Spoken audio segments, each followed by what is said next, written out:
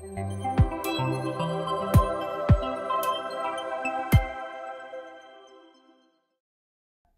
semuanya, kembali lagi dengan saya Givari Alkotama, selaku host di Biar Farm Podcast. Kali ini kembali lagi program khusus untuk teman-teman Biar Farm Podcast, yaitu hashtag Pilih Wakil Rakyat.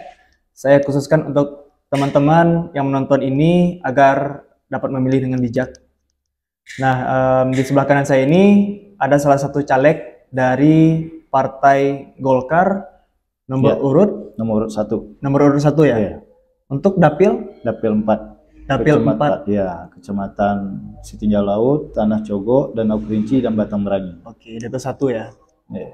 Dapil 1, Dapil 4, nomor urut 1. Ya, nomor urut 1. Itu dia teman-teman. Mungkin bisa diperkenalkan diri dulu, Bang. Nama Abang siapa? Aku panggilnya apa nih? Abang, Bapak, Bung Irwandi ya. Bung ya. Panggil abang aja lah. Tua ya. Oke, lanjut Bang. Nama Bang siapa? Terus background sebelumnya nih apa? Oh, baik. Kita teman Biar Farm Podcast ada yang nggak tahu nih. Ya. Baik, terima kasih sebelumnya kepada Givari. Alhamdulillah hari ini bisa hadir di podcast ini sangat luar biasa ya. Bisa diundang di sini. Yang pertama ya untuk kita menyampaikan ide-ide dan gagasan kita untuk kedepannya bagaimana. Saya perkenalkan, mungkin ada yang belum kenal, malum kita masih muda ya. Yep. Muda, nama Irwandi. Memang kalau profesi saat ini itu sebagai pengacara di Jakarta. Oh, pengacara ya? Ya. Oke. Nah, kemudian saya sebenarnya kalau podcast bincang-bincang seperti ini sebenarnya sudah tidak asing. Sudah nggak asing ya? Karena dari dulu saya juga pernah sebagai wartawan di Viva News. Di Viva News? Ya, grupnya TV One. Jadi hal-hal yang berkenaan seperti ini udah biasa. Nanti bisa sharing-sharing lah pengalaman Bang di wartawan dan juga di pengacara ini ya? Iya. Lanjut Bang, terus apa lagi nih? Baik, untuk saat ini alhamdulillah saya menjadi salah satu caleg DPRD Kabupaten Kerinci untuk wilayah Dapil 4. Wilayah Dapil 4 ya? Dapil 4 itu meliputi Kecamatan Sitinjau Laut, kemudian Tanah Cogo, Danau Kerinci, dan Batang Merangin. Nah, untuk nomor urutnya nomor urut 1. Oke. Itu secara sekilas lah ya. Secara sekilas ya. Abang udah jadi lawyernya sejak kapan? Saya jadi lawyer tuh udah dari 2021 awal. 2021 awal. Emang dulu jurusannya lawyer kah atau background akademisinya emang di hukum atau gimana? Ya, di hukum. Saya kebetulan di hukum Islam. Fakultasnya Syariah di IAIN Kerinci. Di IAIN Kerinci? Iya, jadi alumni IAIN Kerinci gitu kan. Ya, oke. Nah, kemudian memang sebenarnya cita-cita sejak SMA itu memang sebagai pengacara sih sebenarnya. Ingin bercita-cita sebagai lawyer gitu ya? Nah, awal mula berkarir sebagai lawyer ini sejak tahun 2021. Tadi mau nanya nih, mungkin ada pengalaman yang bisa diceritain ke teman-teman Biar Farm Podcast. Iya. Ini deh pertanyaannya. Kalau di lawyer itu kan kita pembahasannya tentang penanganan kasus ya? Ya. Mungkin kasus yang menarik yang bisa diceritain ke teman-teman Biar Farm Podcast apa? Baik, sebenarnya begini ya. Mau profesi apapun, pada prinsipnya saya secara pribadi itu pengen yang pertama di mana tempat saya berada itu memberikan dampak dan manfaat. Oke. Artinya apa yang kita kerjakan, apa yang kita laksanakan itu ada dampaknya untuk masyarakat secara luas. Kemudian yang kedua, memberikan kebermanfaatan, baik itu masyarakat maupun kita secara pribadi. Kemudian yang ketiga yaitu memberikan kita secara pribadi itu untuk bisa berkembang. Nah, itu 3 hal yang menurut saya, bagi saya dimanapun saya berada, itu yang harus saya pegang, 3 itu. Nah, kenapa di pengacara? Sebenarnya saya backgroundnya dulu waktu masih mahasiswa itu juga merupakan aktivis. Di kampus maupun di eksternal kampus. Nah, Definisi aktivis itu mungkin teman-teman nggak tahu ya, nih, apa tuh? ya kalau sederhananya beginilah, kalau misalnya teman-teman mahasiswa ya kan, yang kuliah dan sebagainya, yang aktif di organisasi baik itu kampus maupun eksternal kampus, yang baik itu secara waktu, ide dan gagasan memang memberikan kebermanfaatan maupun juga memberikan apa namanya, selaku agen perubahan. Agent of change. Iya, agen of change. Karena mahasiswa itu paling dikenal itu seperti itu kan. Kemudian memperhatikan baik itu isu-isu sosial, isu-isu politik, isu-isu pemerintahan yang tujuannya sebenarnya untuk memberikan dampak dan perubahan untuk masyarakat. Nah, kalau misalnya di kampus, mungkin sederhananya ada yang aktif di BEM atau lembaga-lembaga organisasi mahasiswa yang ada di kampus maupun eksternal kampus. Nah, melalui organisasi-organisasi itu, kita mengaktualisasi diri untuk masyarakat melalui ide dan gagasan para aktivis tadi. Oke. Mungkin bisa diceritain ke teman-teman, aktivis ini bisa dibilang organisasi mahasiswa ya? Ya, mahasiswanya yang aktif dalam organisasi baik itu internal maupun eksternal. Oke.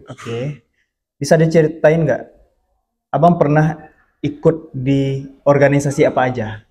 Ya sebenarnya waktu di kampus saya juga aktif di BEM di kampus. Alhamdulillah terakhir itu saya pernah menjadi presiden mahasiswa BEM. Presiden mahasiswa. Waktu dulu masih Stand Kerinci namanya. Nah dulu saya sebagai presiden BEM tahun 2011 ya.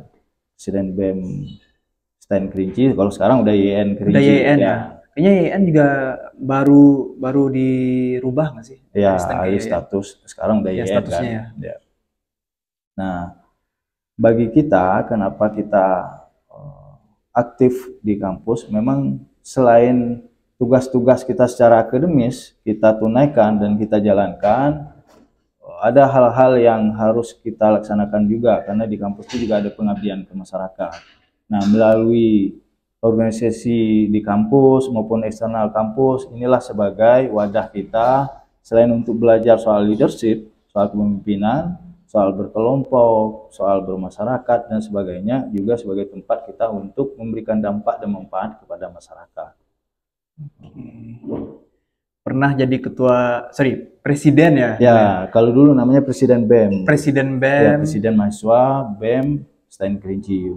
Oke, terus di mana lagi Bang? Selain kemudian di eksternal kampus, sebenarnya semua OKP yang ada itu seperti Cipayung, misal ada IMM, PMI, kami dan sebagainya, itu bagus semua. Dan kebetulan saya dulu masih kuliah tuh di HMI, dan terakhir saya pernah menjadi ketua umum HMI cabang Kerinci. Oh, ketua umum HMI cabang Kerinci. Ya, cabang Kerinci. Tahun berapa tuh Bang? Tahun 2012. Tahun 2012 ya. Masih Kerinci ya. Kalau sekarang kan Kerinci Sungai Penuh. Oh, dulu namanya Kerinci Sungai Penuh. Enggak, kalau dulu namanya cabang Kerinci, kalau sekarang cabangnya udah Kerinci Sungai Penuh. Oh. Karena ada dua wilayah kan. Ya. Oke.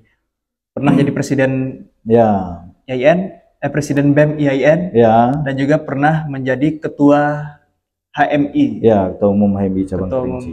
HMI cabang Kerinci. Ya. Dulunya ya. Dulu. Setelah lulus Abang lanjut nih menjadi seorang lawyer dan mengabdi sebagai pengacara gitu kan. Ya.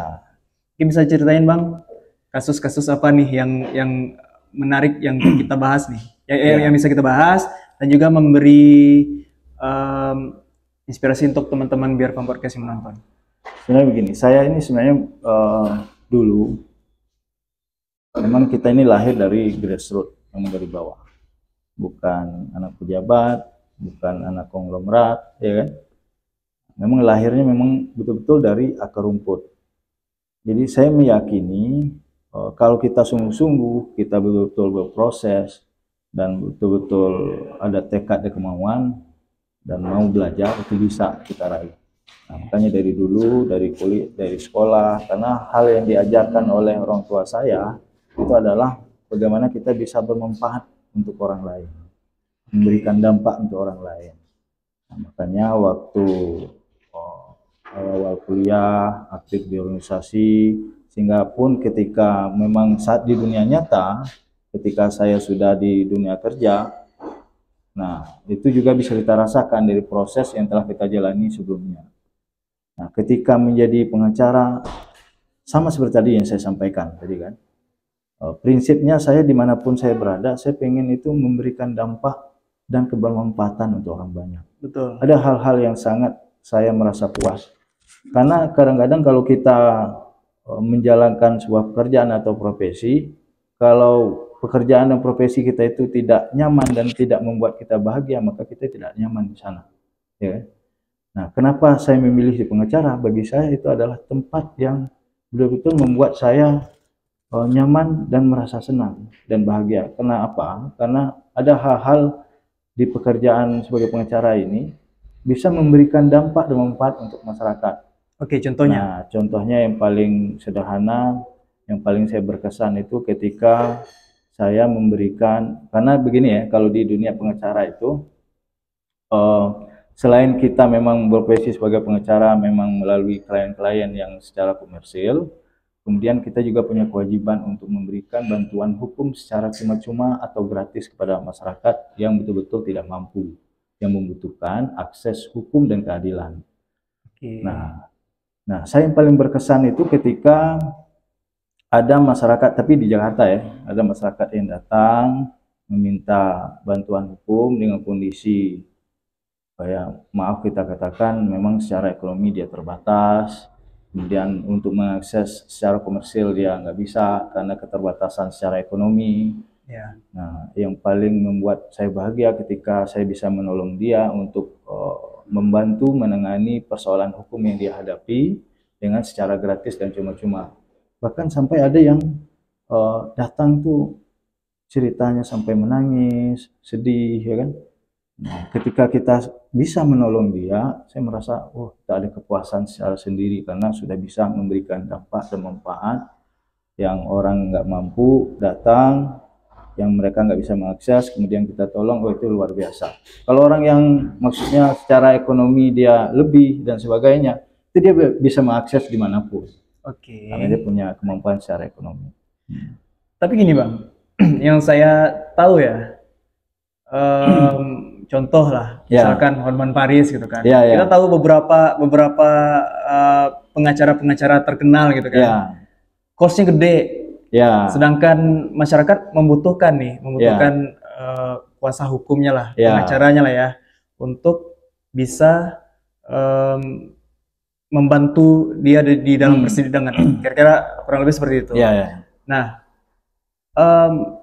konotasi biaya untuk pengacara itu emang gede atau gimana? Sebenarnya relatif ya kalau hal yang seperti itu.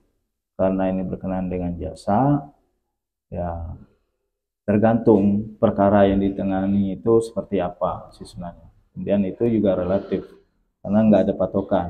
Tinggal bagaimana pengacara dengan klien saja kan, soal tarif. Tapi yang saya sampaikan, ketika orang yang betul-betul tidak mampu datang ke pengacara, maka wajib. Ya, itu gimana tuh? Nah, wajib diberikan bantuan hukum secara cuma-cuma, tapi memang betul-betul dia tidak mampu secara ekonomi terbatas. Nah, saya paling senang itu adalah menangani seperti itu.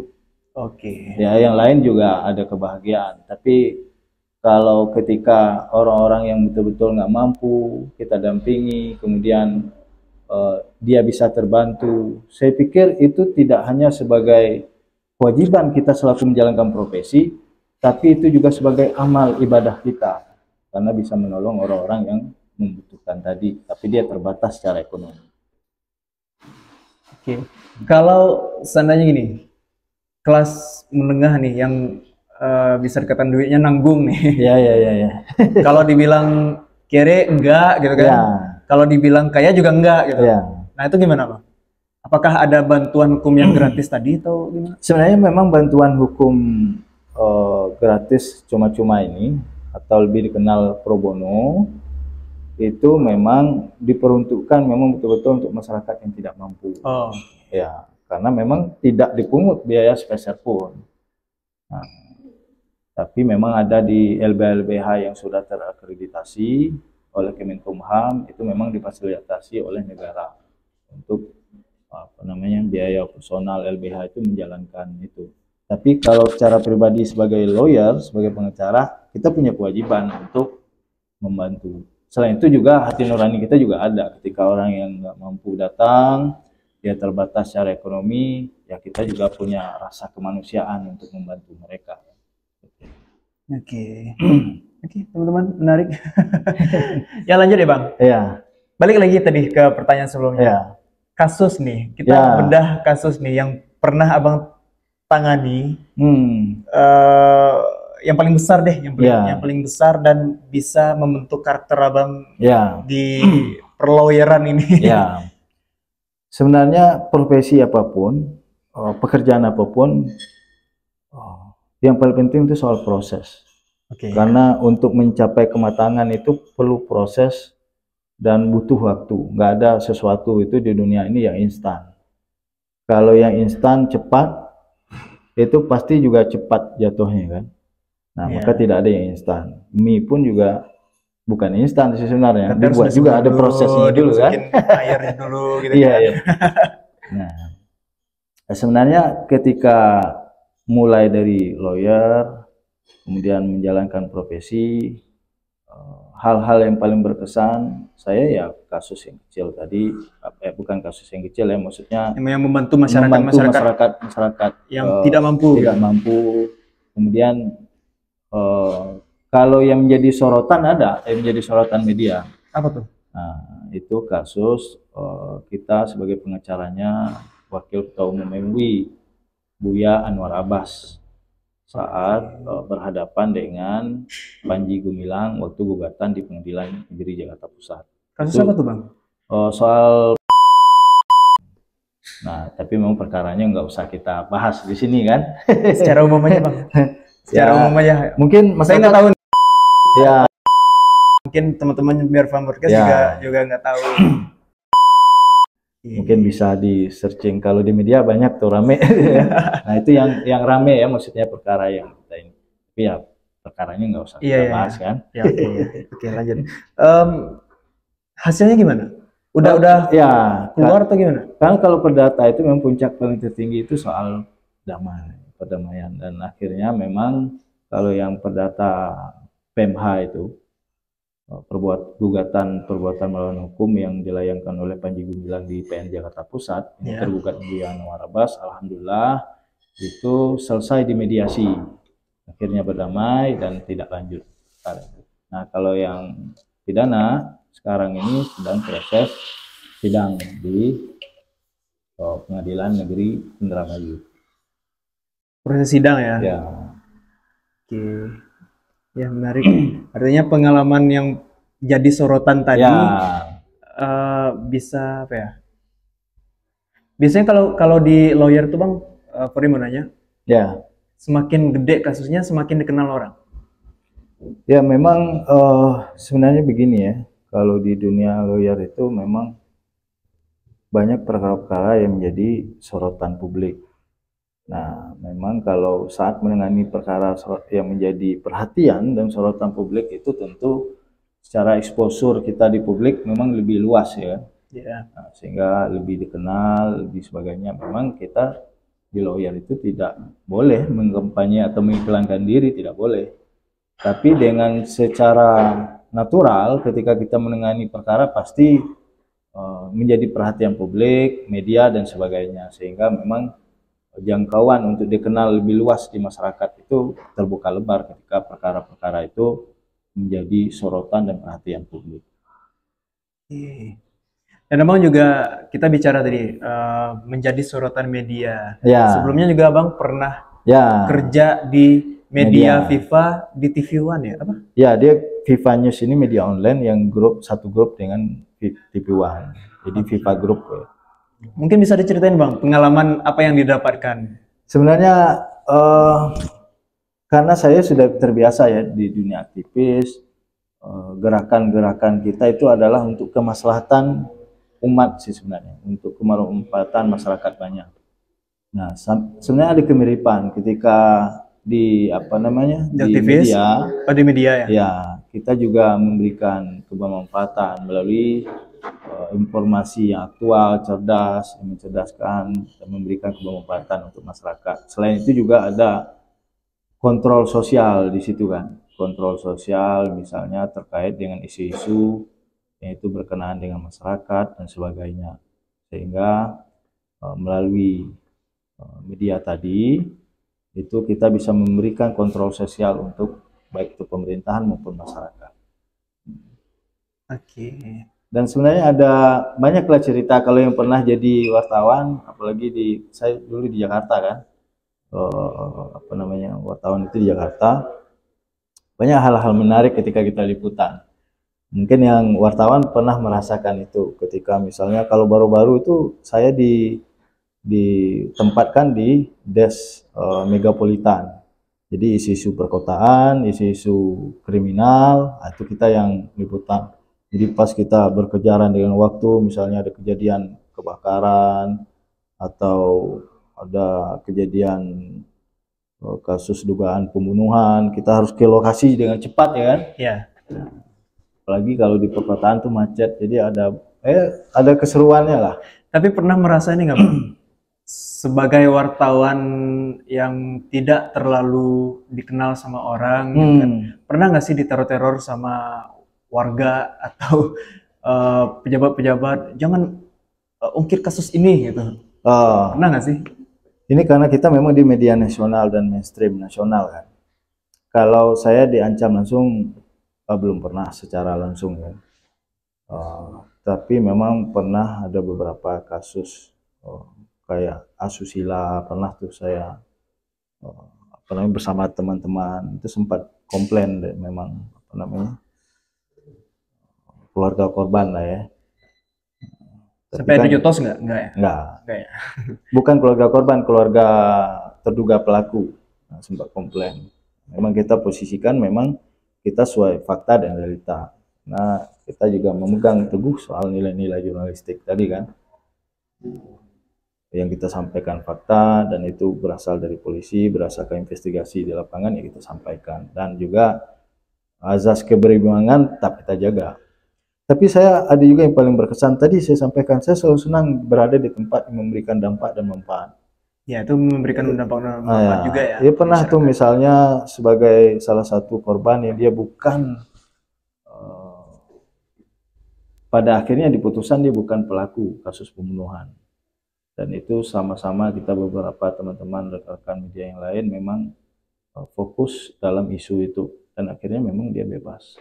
Dan alhamdulillah kita ada kebahagiaan tersendiri karena dari investigasi yang kita lakukan memang dia tidak bersalah menurut versi dia, dan itu kita coba lakukan investigasi dan akhirnya memang fakta hukumnya kemudian hasil putusannya dan dia sempat melakukan peradilan memang dia tidak bersalah. Menarik nih. Karena sangat ada kebahagiaan tersendiri kalau ketika kita bisa menolong orang dan itu memberikan dampak dan manfaat. Bayangkan misal kamu bukan pelaku pembunuhan, tapi dituduh sebagai pelaku pembunuhan, itu bukan sekedar secara pribadi kamu terganggu dengan omongan orang, tapi pasti akan berpengaruh di masyarakat sekitar tempat tinggalmu kan. Yeah. Orang akan mengejas, akan menganggap, oh dia pelaku pembunuhan, padahal bukan dia pelakunya. Nah, itu kan kasihan kalau secara personalnya dia kan. Dan alhamdulillah dia memang putusannya memang dia nggak bersalah. Dan ada kebahagiaan tersendiri kita kan, karena efeknya saya nggak usah sebutin nama, dia sampai istrinya minta cerai karena istrinya menganggap dia melakukan, orang tuanya apa namanya juga tidak percaya. Oh, meninggal. Iya, gara-gara itu nggak tahu apa gara-gara itu atau bagaimana, tapi pasti shock karena orang tua melihat anaknya dianggap sebagai pelaku pembunuhan ya, bapaknya, dan itu sangat kasihan gitu dengan orang-orang seperti itu. Oke, ya lanjut ya Bang. Ya.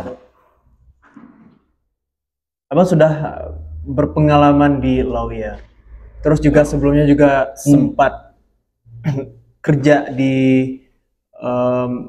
media Ya, media nasional gitu kan. Nah, mau nanya dulu, media nasional dan lawyer ini berbarengan atau gimana, Bang? beda. Beda ya? Ya, jadi saya pendidikan itu kalau nggak salah sekitar 2020 untuk lawyer ini, kemudian pengangkatan. Nah, kalau saya di media itu terakhir itu tahun 2019 awal kalau nggak salah. Itu terakhir udah enggak lagi. Ya sekitar hampir 4 tahun lah. Hampir 4 tahun ya. Iya, hampir 4 Oke, tahun. kita bicara tadi secara tidak berbarengan kan. Pernah di lawyer, pernah di media. Iya. Nah, tiba-tiba terjun dunia politik nih jadi caleg gitu. Nah, Iya. kenapa? Itu tadi saya sampaikan kan. Ya prinsipnya dimanapun saya berada itu yang pertama soal dampak dan kebermanfaatan untuk orang banyak. Kemudian juga melalui pekerjaan kita tersebut, melalui profesi kita tersebut, kita bisa membantu orang banyak. Nah, kenapa saya terjun ke politik ini? Saya anggap melalui sebenarnya untuk menolong orang yang lebih luas lagi itu paling tercepatnya ya. Kalau misal secara ini kita terbatas, secara kemampuan finansial kita terbatas, misalkan kan, secara energi kita terbatas, paling cepat untuk membantu dan memberikan dampak manfaat orang itu memang melalui kekuasaan.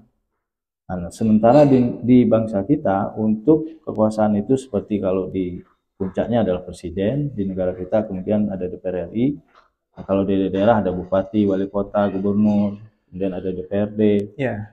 Nah, saya pikir melalui saya terjun ke politik ini, saya bisa memberikan dampak dan manfaat lebih luas kepada masyarakat melalui kewenangan dan fungsi yang dimiliki anggota DPRD, nanti melalui DPRD. Nah, kenapa saya milih di DPRD kabupaten?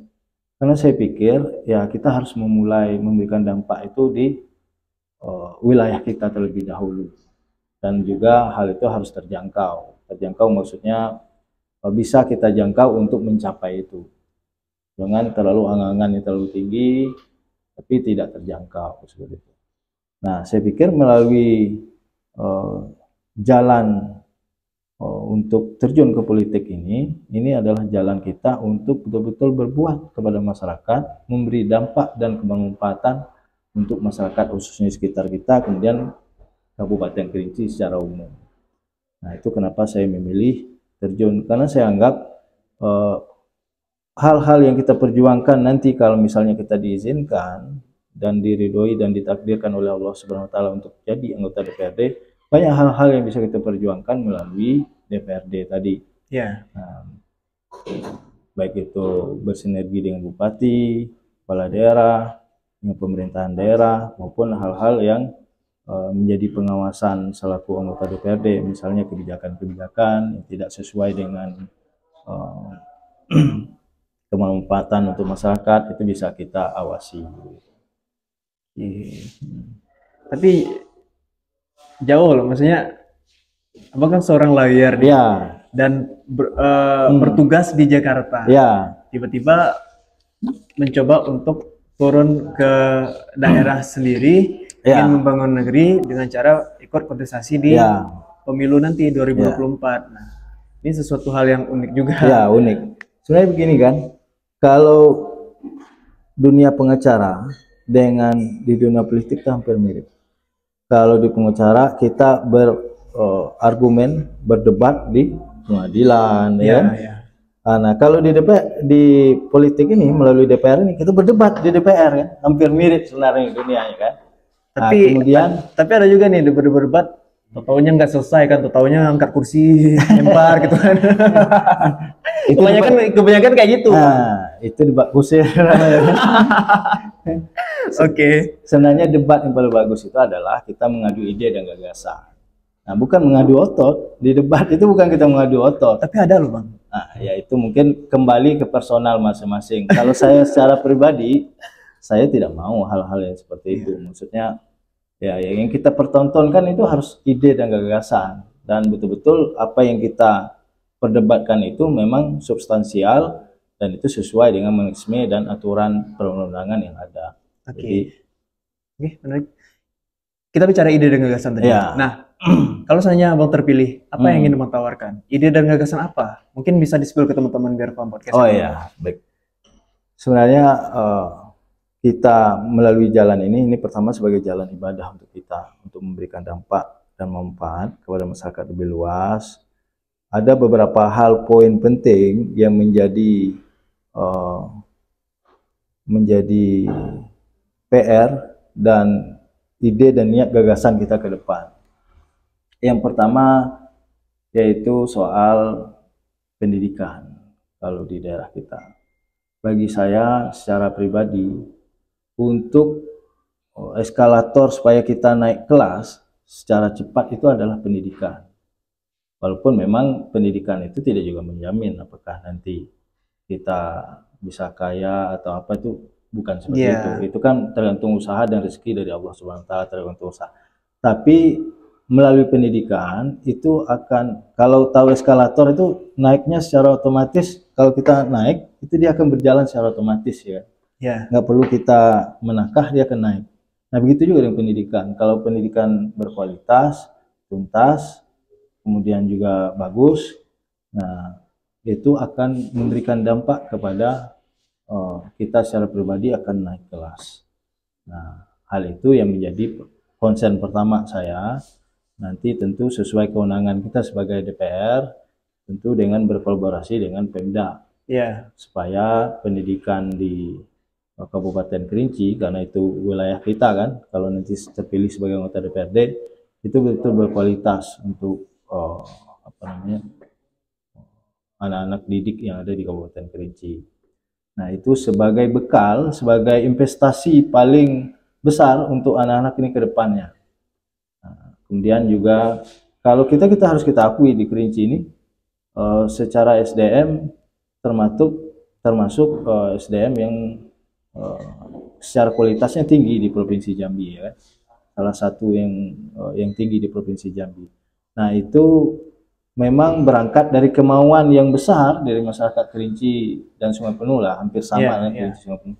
Memang tekad untuk belajar, untuk sekolah, untuk kuliah, untuk berpendidikan bagus itu memang berangkat dari mereka masing-masing. Nah tinggal gimana ke depan itu pemerintah betul-betul memfasilitasi itu.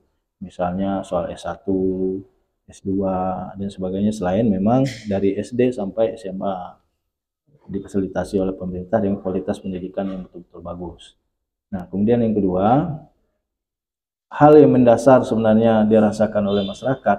Kalau orang yang secara ekonominya mampu, itu mungkin bukan hal yang jadi persoalan, itu persoalan kesehatan. Yang di bawah ini loh. Iya, tapi kalau kita pernah merasakan gimana orang grassroots di bawah, ketika mereka sakit, sulit untuk mengakses obat aja mereka sulit ya. Nah, ini bagaimana PR ke depan supaya pelayanan kesehatan itu betul-betul bisa mengakses orang-orang yang betul-betul tidak mampu, itu bisa terakses semua. Nah, itu hal mendasar loh. Kalau bagi orang yang punya kemampuan secara finansial, ketika sakit ya dia tinggal masuk rumah sakit yang bagus, dia punya uang. Pernah nggak kita terbayangkan orang-orang yang betul nggak mampu, ya kan, ketika sakit mau beli obat aja susah. Nah saat itulah pemerintah daerah, negara, kalau negara sudah hadir melalui BPJS, bagaimana pemerintah daerah memperluas akses itu kepada masyarakat yang tidak terjangkau tadi, sehingga mereka mendapatkan pelayanan kesehatan yang bagus dan sebagainya. Kemudian yang ketiga, saya pikir soal pembangunan yang berkelanjutan. Artinya konsep pembangunan itu dimanapun sekarang itu mengadopsi seperti itu, soal keberlanjutan. Nah itu sama-sama melalui kewenangan dan fungsi kita sebagai DPR kita awasi. Kemudian yang berikutnya soal isu lapangan kerja. Nah, apalagi sekarang sih sebenarnya kehadiran Pemda, pemerintah daerah itu bisa memfasilitasi itu dengan pola kolaborasi. Makanya di tagline saya itu bergerak bersama, berdaya bersama. Di tagline saya sebagai caleg ini, hal yang menjadi konsentrasi itu soal kolaborasi. Karena kalau masih kita berpikir, oh saya ini hebat, saya ini bisa, Jago-jago sendiri aja ya. jago-jago sendiri, udah bukan eranya seperti itu. Kalau era sekarang itu memang eranya era kolaborasi. Bayangkan misalnya di Kerinci ini, kita punya SDM yang luar biasa, luas, ahli inilah, ahli itu. Bayangkan secara kita tahan ego, kita undang untuk berkolaborasi, saya pikir bisa. Kita sama-sama untuk memajukan di daerah kita ini kan. Nah, itu mungkin melalui kewenangan kita usulkan nanti di DPR supaya kita membangun daerah kita ini memang betul-betul dengan cara kolaborasi dengan semangat gotong royong.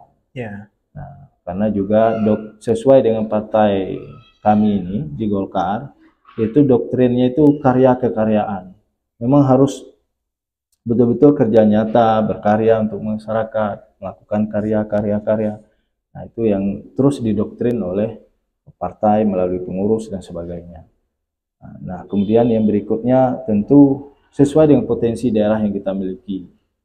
Potensi pertanian, kemudian wisata. Sayang kalau tidak dimanfaatkan secara maksimal. Apalagi sekarang misal wisata ya, kalau di Provinsi Jambi mungkin kita yang paling bagus. Ya. Nah, tapi kalau tidak dikelola secara maksimal, nah tentu hasilnya juga tidak maksimal. Apalagi sekarang di era digitalisasi seperti Polri ya kan sekarang ini. Bagaimana yang tadi saya bilang kolaborasi. Kalau dulu mungkin untuk mengiklankan wisata kita masih secara konvensional kan. Ya. Nah, kalau sekarang udah gampang. Tentu kalau sudah exposure-nya sudah luas, sudah menjangkau secara iklannya sudah luas, dengan melakukan kolaborasi dengan konten kreator baik lokal maupun yang di luar, saya pikir itu akan menjangkau banyak orang dan bisa dilihat banyak orang sehingga banyak mendatangkan orang ke Kerinci. Selain itu memang fasilitas juga harus dibenahi ya kan. Nah, kemudian kita juga udah banyak berjalan, sudah banyak ke daerah-daerah orang, banyak hal yang bisa kita ambil, hal yang bagus kita bawa. Saya pikir itu. Nah, kenapa tadi saya tekankan soal pendidikan terlebih dahulu? Memang efeknya itu tidak dirasakan instan sekarang. Tapi kalau kita benahi itu bagus, efeknya ke depan tuh akan lebih bagus. 10-20 tahun nanti. Coba lihat di daerah yang masyarakat itu berada di tempat pendidikan, kalau mereka memanfaatkan dan kemudian ikut untuk belajar secara maksimal, peradaban itu pasti berubah, pasti maju. Yang dulunya misal kita anggap wilayah itu tidak terpelajar, kemudian terpelajar orangnya, pasti tadi naik kelas, ya. Nah, itu investasi yang paling besar itu ya pendidikan. Tapi bersama-sama ya kita benahi tadi. Ya tadi saya sampaikan, tidak melalui cara-cara kekerasan, angkat meja lah, banting kursi ya. Tapi dengan ide gagasan ya. Masa kita sebagai orang terpelajar ngadu otot, bukan ngadu ide dan gagasan ya. Ya, tapi saya juga miris sih. Miris melihat hal-hal yang kejadian yang Abang sampaikan tadi. Ya. Banting kursi, banting meja, kan aneh aja. Padahal mereka itu wakil rakyat. Ya, dia kan punya kewenangan, memang wewenang dia.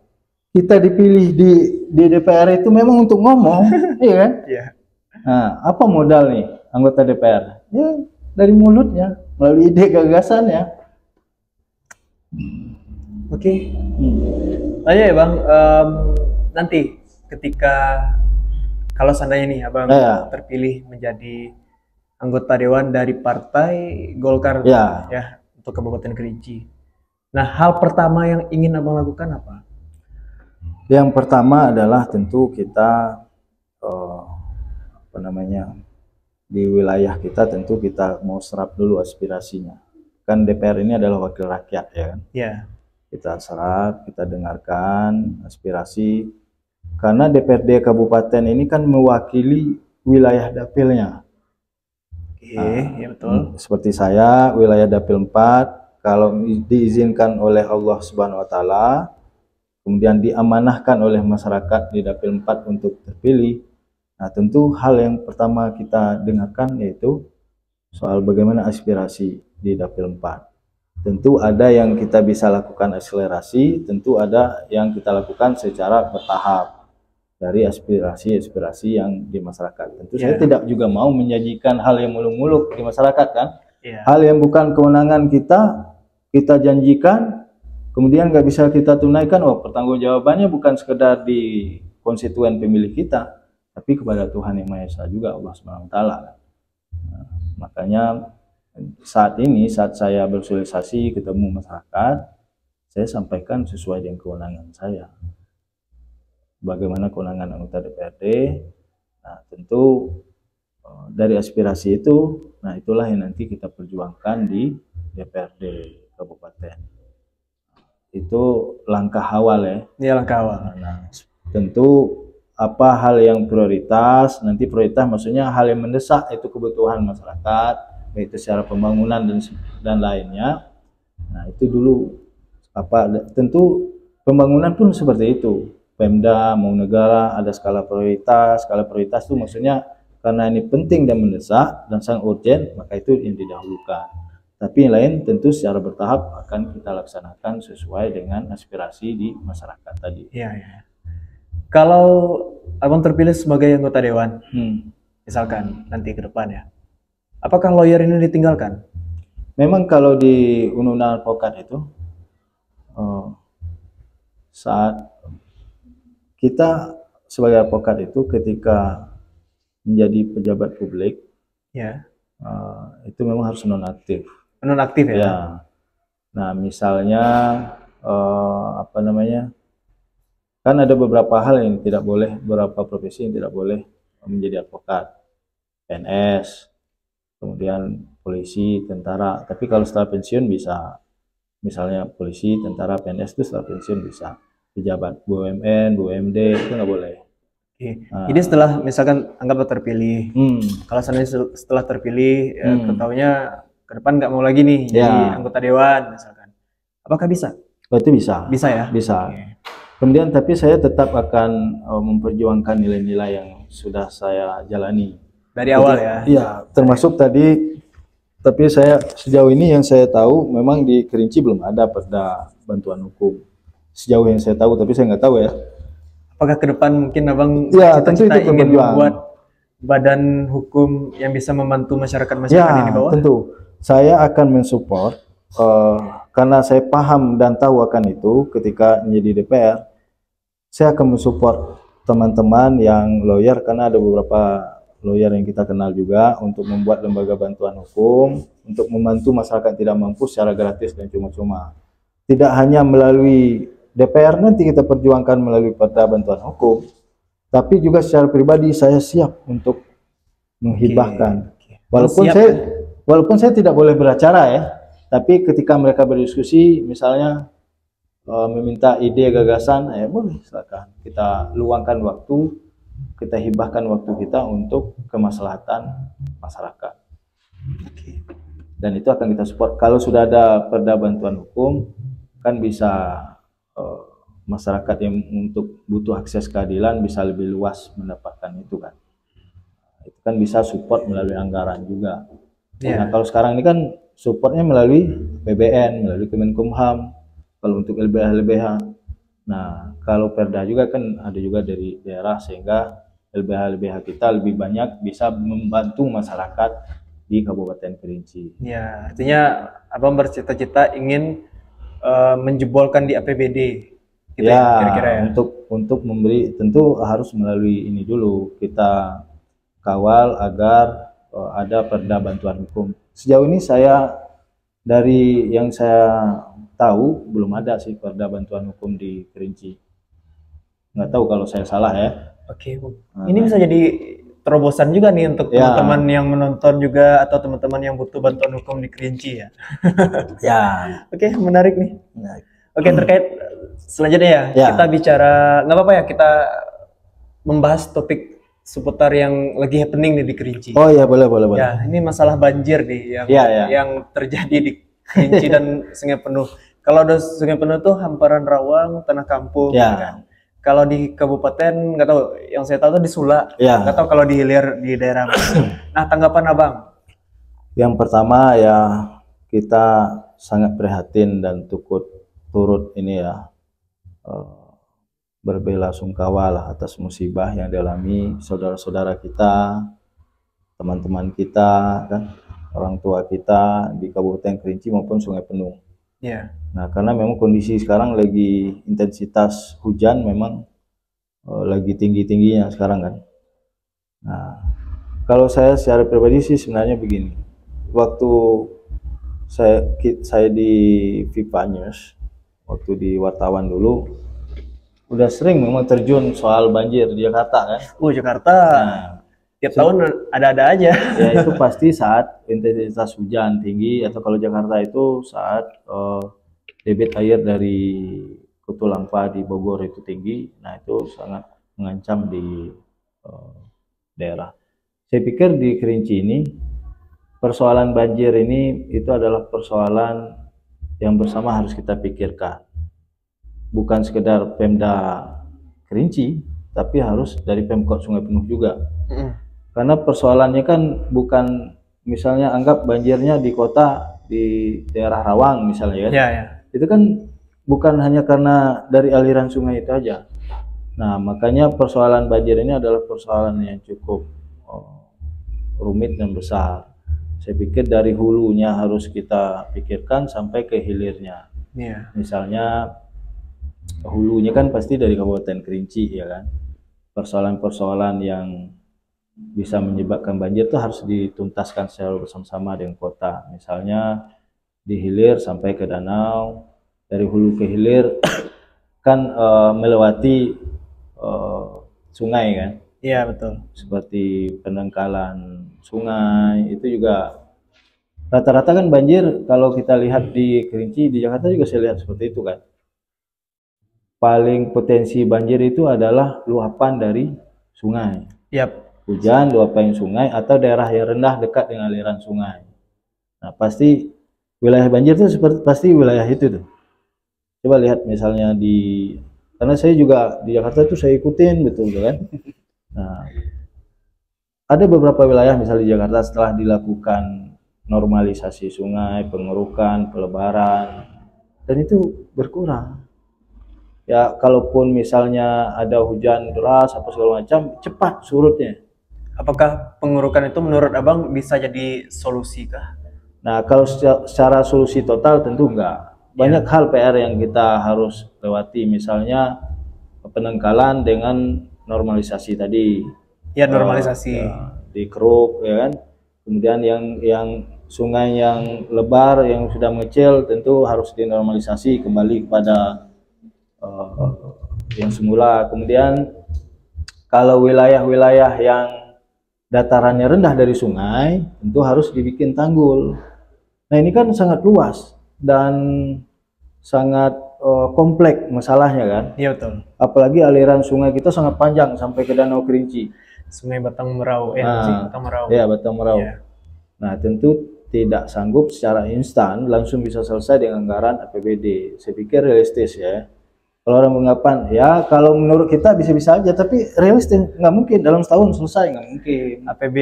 APBD itu kemarin sempat ngobrol sama salah satu pejabat juga di podcast saya kan.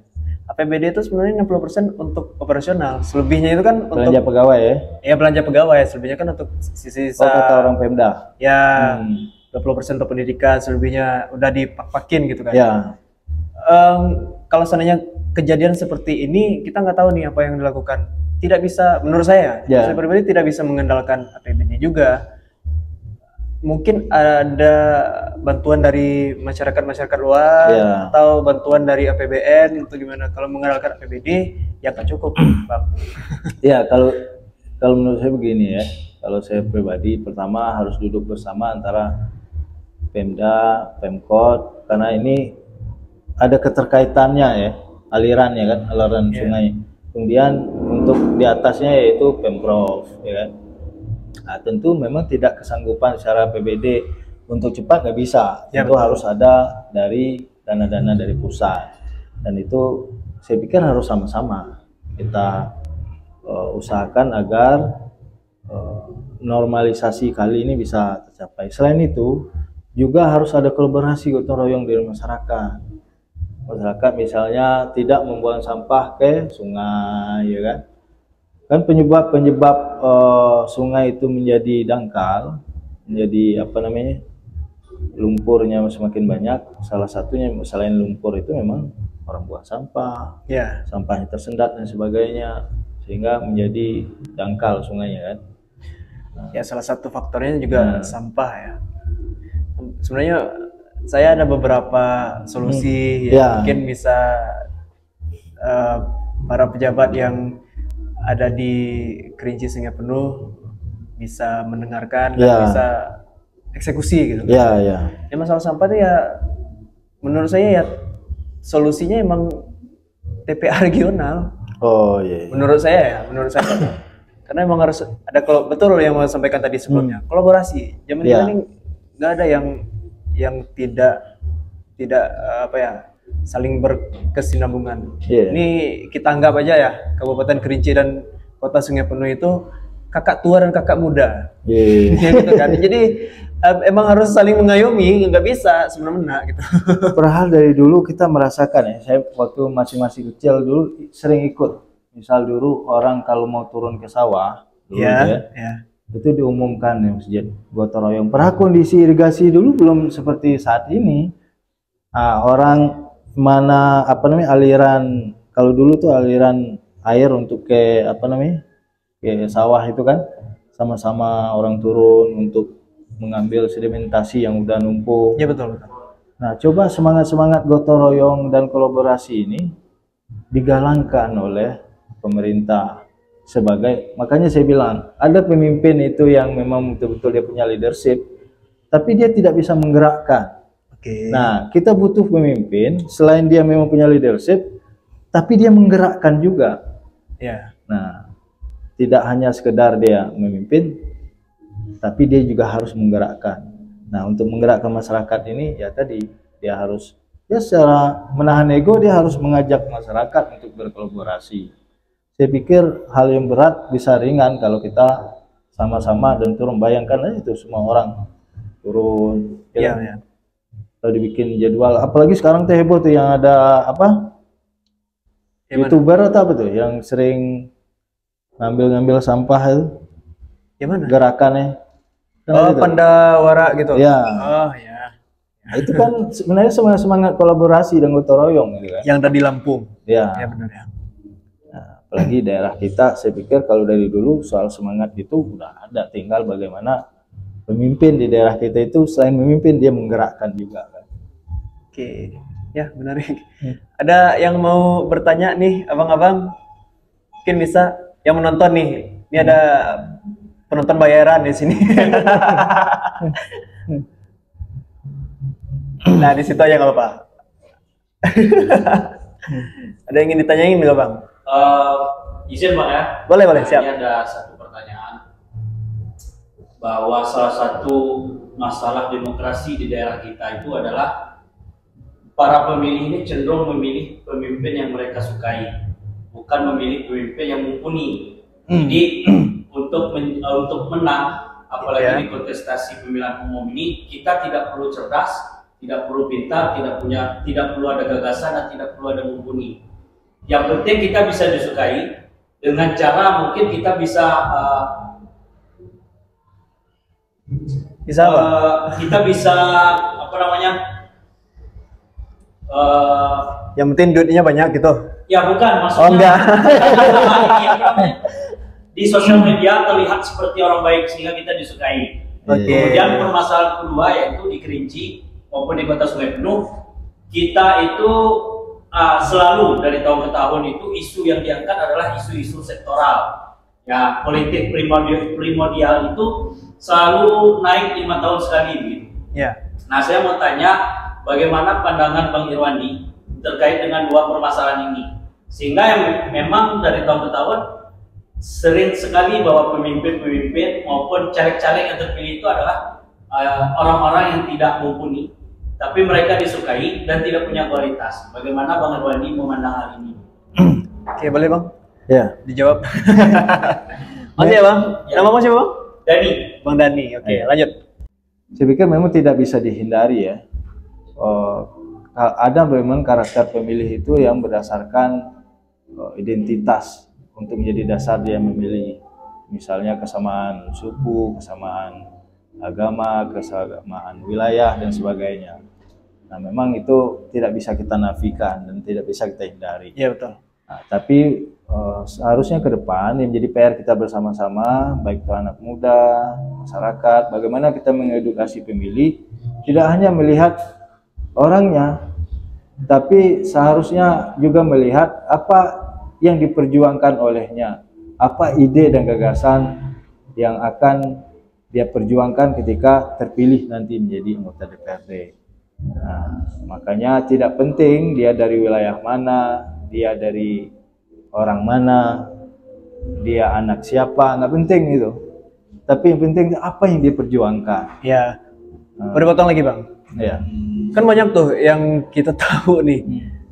Ya, di Indonesia ya bisa dikatakan banyak orang yang bermain uang gitu. Ya. Money politik gitu kan. Ya, lu kalau sebanyak apapun popularitasnya, kalau nggak ada uangnya, gue nggak mau milih gitu. Ya kurang lebih seperti itu ya. Nah, pandangan Abang terhadap money politik ini gimana? Makanya saya menyampaikan dengan setiap ketemu ya, ada mahasiswa, saya ketemu anak muda, saya selalu menyampaikan anak muda di Kerinci itu tidak boleh minder untuk terjun ke politik dan tidak boleh juga antipati. Ya. Karena melalui politik ini banyak hal yang diperjuangkan, pendidikan, kesehatan, pembangunan yang berkelanjutan dan sebagainya melalui wilayah-wilayah politik untuk memperjuangkan. Karena memang sistem di negara kita ya sudah mengatur itu. Iya, betul. Nah, makanya saya bilang dengan anak muda, tidak usah minder. Kalian anak siapa? Kalian berasal dari mana? Kalian ekonomi secara terbatas. Saya secara pribadi, saya bukan, ya maaf saya bilang saya bukan anak orang kaya, saya bukan anaknya pejabat, saya bukan anaknya tokoh. Gitu. Ya. Nah, saya berharap ke depan itu bagaimana anak muda-muda di Kerinci itu mau anak petani, mau anak itu apa buruh apa sebagainya, tidak melihat profesi itu lagi, tapi melihat apa yang kalian perjuangkan untuk masyarakat, sehingga politik kita ke depan itu memang betul-betul di Kerinci ini menghadirkan sosok-sosok yang betul-betul ingin berbuat dan ingin memberikan dampak dan manfaat untuk masyarakat, tidak hanya untuk kepentingan dia secara pribadi. Nah, kemudian kalau soal politik uang, saya pikir, nah inilah yang menjadi momok untuk orang-orang masuk ke dunia politik, khususnya di pileg ini kan. Iya, betul. Soal politik uang. Kenapa? Orang selalu beranggapan ketika tidak punya uang, lu nggak usah, kamu nggak usah masuk ke ini kan. Iya. Karena ada yang beranggapan ada uang ada suara ya kan. Nah, sebenarnya tidak minimal 100 gitu. Atau kecilan nggak sih? 500 lah. Nah, itu yang jadi PR kita bersama. Iya. Bagaimana ke depan dengan generasi jumlah pemilih milenial lah kita katakan sama generasi Z yang cukup besar. Iya. Sama-sama harus kita mengedukasi. Jangan sampai juga kita sebagai orang yang selalu meminta itu kan dengan calon. Nah, ini juga tentu tidak akan mengedukasi masyarakat banyak, tapi bagaimana milenial sekarang mengedukasi sehingga ke depan itu yang lahir politisi-politisi dan anggota DPR yang lahir itu yang betul-betul lahir dari rahim rakyat. Jadi yang betul-betul merasakan bagaimana yang dirasakan oleh masyarakat sehingga dia betul-betul berbuat. Ya. Sama-sama kita edukasi, termasuk melalui sini kita edukasi pemilih itu jangan memilih berdasarkan karena diberi sesuatu, tapi harusnya gimana? Tapi dia memilih itu bagaimana dia memilih berdasarkan apa yang akan diperjuangkan, apa yang ide gagasan diperjuangkan, dan itu untuk kemaslahatan orang banyak. Nah, itulah dia tentu. Sehingga ke depan itu tidak ada lagi misalnya merasa dia anak petani atau anak tukang di istilah kita kan, anak apa misalnya nelayan yang secara ekonomi misal petani juga yang kaya-kaya kan, petani besar. misalnya yang anak orang secara ekonomi tidak terbatas, tidak berani untuk ikut. Padahal secara ide, gagasan, secara personal dia bagus untuk itu. Nah, jadi ke depan anak siapapun harus dia ikut kalau dia selagi punya ide dan gagasan untuk kemaslahatan bangsa. Sama-sama kita edukasi, termasuk melalui media acara ini kita edukasi agar pemilih itu tidak memilih berdasarkan itu. Oke, mungkin udah itu gitu deh Bang. Terakhir nih sebelum ditutup, ada nggak pesan-pesan yang ingin Abang sampaikan untuk masyarakat Kerinci khususnya ya di Dapil Abang, terus juga masyarakat Kabupaten Kerinci, Kota Sungai Penuh, dan teman-teman Biar Farm Podcast yang menonton? Saya ingin menyampaikan, saya ini sebenarnya lahir betul-betul dari akar rumput, dari grassroots, dari penderitaan dan kesusahan. Saya betul-betul memahami apa yang dirasakan masyarakat di bawah, karena saya sudah merasakan bagaimana ketika orang misalnya tidak mampu, susahnya berobat, ketika orang tidak mampu, susahnya untuk makan, ketika orang tidak mampu, susah untuk belajar, untuk sekolah tinggi. Nah, itu sudah kita rasakan. Karena lahir dari rahim rakyat tadi, saya betul-betul ingin memberikan dampak dan manfaat sehingga masyarakat yang punya kemauan, misal anak-anak kita, cucu-cucu kita, ponakan kita yang pengen sekolah tinggi, dia punya kemauan, dia punya kemampuan untuk itu, tapi terbatas secara ekonomi. Nah, ini harus kita perjuangkan ke depan. Harus kita perjuangkan melalui Pemda supaya orang-orang yang secara terbatas tadi dia bisa mengakses pendidikan yang berkualitas dan tinggi. Kemudian juga saya ingin menyampaikan kepada masyarakat di dapil saya khususnya dan masyarakat Kerinci, baik itu petani, nelayan, apa itu supir, apapun profesinya, saya sampaikan kalau kalian masih memilih karena uang, maka anak-anak kalian tidak akan mengisi seperti itu. Maka ke depan harus lahir, baik itu apapun profesinya, apapun latar belakangnya, selagi itu bagus ini diperjuangkan untuk masyarakat, tidak ada masalah. Dia harus menjadi anggota DPRD, misalnya jadi bupati, wali kota, sehingga betul-betul mereka memperjuangkan untuk masyarakat. Kemudian yang terakhir saya ingin sampaikan juga kepada masyarakat bahwa tidak usah memilih itu berdasarkan karena dia orang kita, dia orang wilayah kita. Hilangi politik primordial tadi saya bilang kan. Karena ke depan itu sudah eranya era kolaborasi, eranya gotong royong. Kalau masih kotak-kotak, sekat tadi, maka susah daerah kita untuk maju. Kenapa pola perkotaan itu lebih cepat majunya? Karena dia tidak ada, kotak-kotaknya nggak ada. Tapi betul ingin bekerja. Nah, ke depan mudah-mudahan politik di Kerinci ini tidak ada isu-isu primordial lagi. Misalnya wilayah ini atau wilayah itu, tapi bagaimana ide gagasan apa yang diperjuangkan untuk kemaslahatan daerah dan masyarakat. Terima kasih.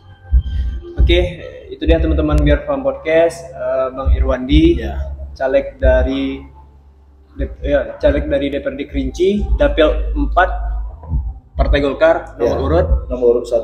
Jadi saya mohon doa restu masyarakat. Kalau mempercayakan saya, ya silakan tentukan pilihan, ya kan. Kalau tidak, ya tidak juga apa-apa. Tapi mungkin ada ide, gagasan dan saran masyarakat yang untuk saya perjuangkan ke depan, ya bisa menghubungi saya secara pribadi.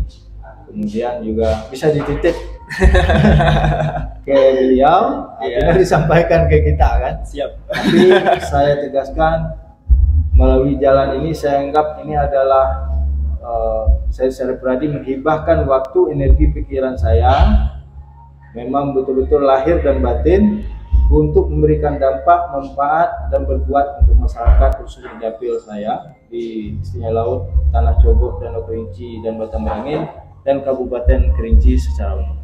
Terima kasih. Oke, itu dia teman-teman, dan perlu disclaimer juga ya. Saya di sini mengundang untuk semua caleg yang ada di Kerinci, Sungai Penuh, DPRD Provinsi, DPRD Kota Kabupaten, dan juga DPR RI, DPD juga.